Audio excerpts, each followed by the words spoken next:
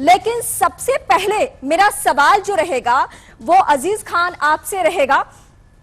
जो ये माहौल बना हुआ है इंडिया वर्सेस भारत का, इसमें आपका स्टैंड क्या है? क्योंकि मैं मुलायम सिंह को कोट करना चाहूंगी, कल भी अपने दर्शकों के सामने मैंने कोट किया था, आज भी कोट करूंगी।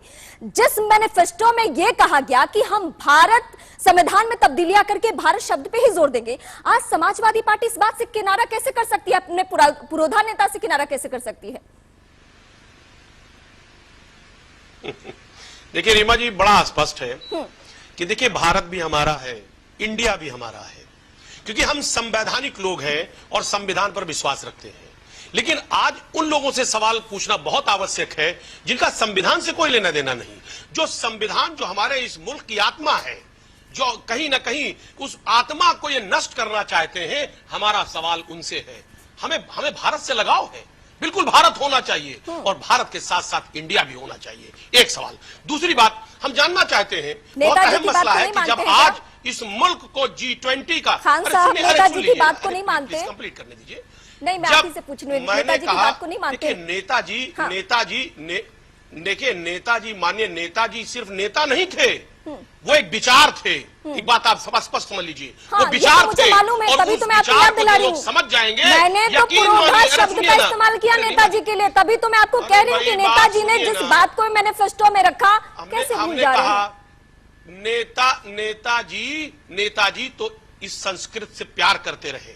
उन्होंने क्या क्या बातें कही, लेकिन बीजेपी ने कभी नहीं माना। और जब नेताजी कोई आवाज उठाते थे तो उसी वक्त बीजेपी मुखर होकर के, अब वो तो विरोध करती रही, वो तो साइनिंग इंडिया का नारा देती रही। आप इस बात को देखिए कि लेकिन आज तो मुझे लग रहा है कि आप नेताजी की बात को नहीं मानेंगे। आपने कहा विचार है नेताजी, अरे भाई, और आप उन्हीं के विचार से किनारा कर रहे हैं। अरे सुनिए ना, हाँ, अरे सुन लीजिए, अरे सुनिए, सवाल मकसद क्या है? बहुत सीधा सा है। नेताजी को आपने कहा कि वो विचार का सवाल है, उनके विचार से आपने किनारा कर दिया। ठीक थी रीमा जी, भाई रीमा जी सुन लीजिए जी, मैं सुन रही। नेताजी की नियत ठीक थी, लेकिन बीजेपी की नियत ठीक नहीं है। इस बात को समझिए। जब G20 का आयोजन हो रहा है, आपको मेजबानी का वक्त मिला है, पूरी दुनिया की नजर भारत पर है, इस मुल्क पर है, तो आप देश के नाम को बदलने की कवायद में जुटे हैं। कहां बदल रहे हैं? किसने कहा बदल रहे हैं? आज आपने उपलब्धियों की बात नहीं करते। किसने कहा? सिर्फ 10 साल में आपने नाम बदला है, प्रेसिडेंट ऑफ भारत लिखा गया, देश का कहा किसी ने कहा? किसी ने नहीं कहा। कहां से ये बातें? मुझे आपसे ये जानना है, शायद मेरी जानकारी आज बढ़ जाए। किसने कहा कि बदला जाएगा? जी जी जी जी जी, मैं स्पष्ट कर दूं, हाँ। बस मुझे मौका दे दे। देखिए, आप कुछ अंदाजा है आपको कि जो विशेष सत्र बुलाया जा रहा है उसमें 1 नेशन 1 इलेक्शन, अचानक क्या मसला है भाई? हमने इंडिया गठबंधन का नाम रखा, ये भयभीत हो गए। मैं जो पूछ रही थी उसका जवाब आपने कहा कि नाम बदलने की कवायद चल रही है। देखिए, मुझे भी जानना है कि सरकार ने वो कौन सी कवायद की है? निश्चित तौर पे हाँ, रीमा जी, निश्चित तौर पे कवायद है, और इनकी मंशा ठीक नहीं है। इनको देश से प्रेम नहीं है, इनको सत्ता से प्रेम है, और ये सत्ता के लिए कुछ भी बदल सकते हैं। सुजाता पांडे इस वक्त मेरे साथ जुड़ी हुई है। सुजाता जी, सत्ता के लिए इन्होंने सत्ता, क्या सरकार की मंशा वाकई यही है? नाम बदला जाएगा? अजीज खान कुछ कहना भी चाहते हैं और मुझे भी उनसे सवाल पूछना है, क्योंकि डिबेट की शुरुआत में ही आपने ये कह दिया था कि बीजेपी तो बदलाव करने जा रही है, नाम बदलने वाली है, संविधान में तब्दीलियां करेगी। क्या रखते हैं सुधांशु जी, सुन लीजिएगा उसको भी। अजीज खान से पहले मैं बात कर लेती हूँ, फिर मैं आती हूँ आपके पास कुलदीप जी। अजीज खान। हाँ,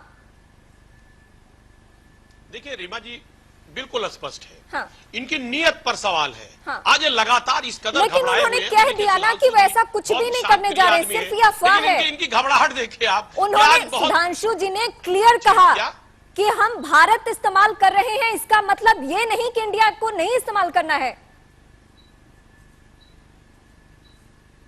देखिए रीमा जी, मैं स्पष्ट कर रहा हूं, ये इनकी घबराहट इस कदर है कि ये तमाम तरीके के मुद्दे, ये असली मुद्दों पर बात नहीं करना चाहते। ये बिल्कुल, ये महंगाई पर बात नहीं करेंगे, बेरोजगारी पर बात नहीं करेंगे, तमाम बड़ी बड़ी समस्याएं हैं। ये हमेशा मुद्दे को डाइवर्ट करना चाहते हैं। इवेंट मैनेजमेंट, अभी आपने कहा इंटरव्यू दिया moneycontrol.com को। अरे एक भी प्रेस कॉन्फ्रेंस किया आज तक मोदी जी ने? क्या आप जैसे बड़े पत्रकार को इन्होंने कभी साक्षात्कार दिया, कभी इंटरव्यू दिया, कभी पब्लिक में जाकर के पब्लिक फोरम पर क्या प्रेस कॉन्फ्रेंस किया? नहीं।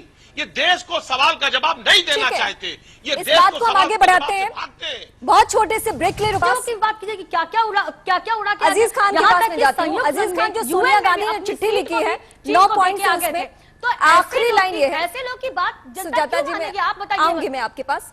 अजीज खान से मैं बात कर लेती हूँ। अजीज खान, जो सोनिया गांधी की चिट्ठी है जिसमें 9 पॉइंट्स है, उन 9 बातों में आखिरी लाइन ये है कि केंद्र और राज्य के संबंध खराब हो रहे हैं। इसके पीछे वजह देखिए रेमा जी, जो आदरणीय सोनिया गांधी जी ने जो भी सवाल उठाए हैं, निश्चित तौर पे बहुत ज्वलंत मुद्दे हैं इस देश के, और उन मुद्दों पर कहीं ना कहीं बीजेपी को जवाब देना चाहिए। बीजेपी तो जवाब देने से भागती है, वो इधर उधर के अनर्गल मुद्दों को ला करके कहीं ना कहीं मुद्दे को भटकाना चाहती है। आज वो हालात ये है, आप देखिए मणिपुर का इशू आया, विशेष सत्र मणिपुर पर बुलाना चाहिए, बुलाया नहीं बुलाया? क्या मणिपुर इस देश का हिस्सा नहीं है? वहां के हजारों लोग बेघर हो गए, मारे गए, काटे गए, लेकिन बीजेपी ने उस पर चर्चा कभी नहीं किया। तमाम बड़ी बड़ी समस्याएं हैं। आज महंगाई बड़ी समस्या है। अभी सुधांशु जी कह रहे थे साहब यूरोप के कंट्रीज और तमाम बातें। अरे साहब, कब तक अपना विश्वगुरु खुद अपना तमगा लेते रहोगे आप? दुनिया आपको विश्वगुरु नहीं मानती है, आप खुद अपने आप को कहते हैं हम विश्वगुरु हैं। आपकी महंगाई दर की क्या स्थिति है? आपकी बेरोजगारी की क्या स्थिति है? आप कब तक जनता से छिपाओगे? कब तक जनता से छिपाओगे? सच्चाई यह है कि खुद ढोल आप पीटते हैं, खुद आप इवेंट मैनेज करते हैं, लेकिन जनता के जो असली मुद्दे हैं उसको भटका करके कहीं ना कहीं उसको धर्म के आड़ में, बहुत नफरत के बड़ी आड़ बात में कह दी आपने कहीं ना कि कहीं खुद ही उसको बीजेपी ढोल भटकाने का पीटती प्रयास है, करते हैं। खुद ही अपनी वाहवाही करती है। तो मैं सुधांशु जी से खुद ही पूछ लेती हूँ कि